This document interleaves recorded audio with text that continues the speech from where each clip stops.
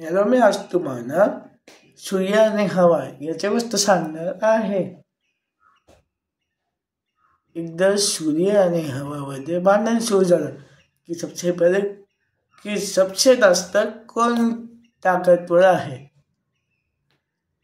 तेवढ्यात हवा म्हणते की मी जास्त ताकदवर आहे. तर मग सूर्य म्हणतो नाही, मी जास्त स्ट्रॉंग आणि ताकदवर आहे, म्हणजे मी स्ट्रॉंग आहे.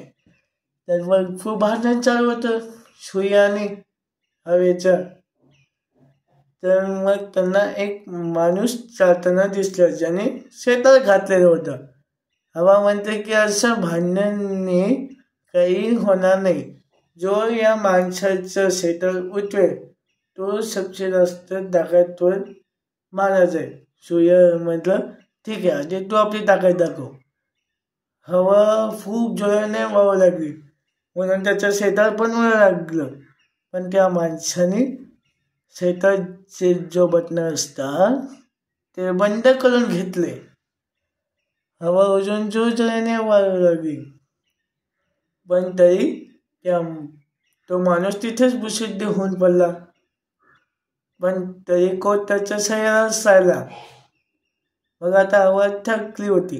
सूर्य म्हटलं, हवा आता तू माझी ताकद बघ. सूर्य तापू लागला आणि मग माणसाने शेताचे बटन उघडून टाकले. सूर्य अजून तापला. तर मग माणसाने आपलं स्वेटर काढून टाकलं आणि तो हातात घेऊन चालू लागला. सूर्य म्हटलं, बघितलं, काढून टाकलं ना एकदाचं स्वेटर. हवेने सूर्याला नमस्कार केला आणि म्हटलं, हो, तू जास्त ताकदवर आहे.